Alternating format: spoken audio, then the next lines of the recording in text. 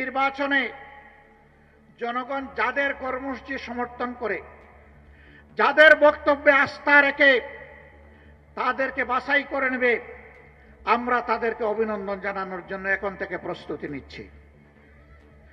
যদি আমাদের দলকে জনগণ বেছে নেয়, আমরা সকল রাজনৈতিক দল এবং শক্তিকে আহ্বান জানাবো, আপনারাও আমাদেরকে সমর্থন দিবেন, অভিনন্দন জানাবেন এবং আপনাদেরকে সাথে নিয়েই আমরা দেশ গড়ব ইনশাআল্লাহ। কেউ কেউ ইতিমধ্যে বলেছেন তারা ফ্যাসিবাদ বিরোধী সকল দলকে সাথে নিয়ে যদি তারা নির্বাচিত হন তাহলে সরকার গড়বেন ইল্লা জামাতে ইসলামী, জামাতে ইসলামী ছাড়া।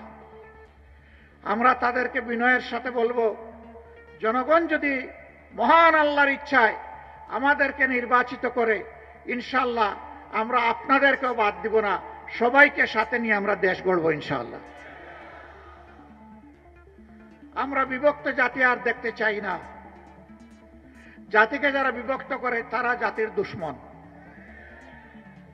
আমরা ওই দুশ্মনের রাজনীতির চাষ আর বাংলাদেশে হতে দিব না।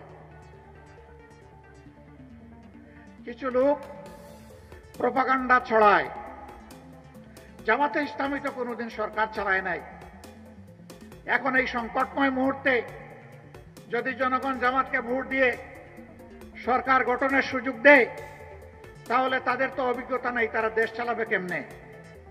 হ্যাঁ, আমরা স্বীকার করি আমাদের অভিজ্ঞতা নাই। কোন অভিজ্ঞতা নাই জানেন? জনগণের সম্পদ চুরি করার অভিজ্ঞতা আমাদের নেই।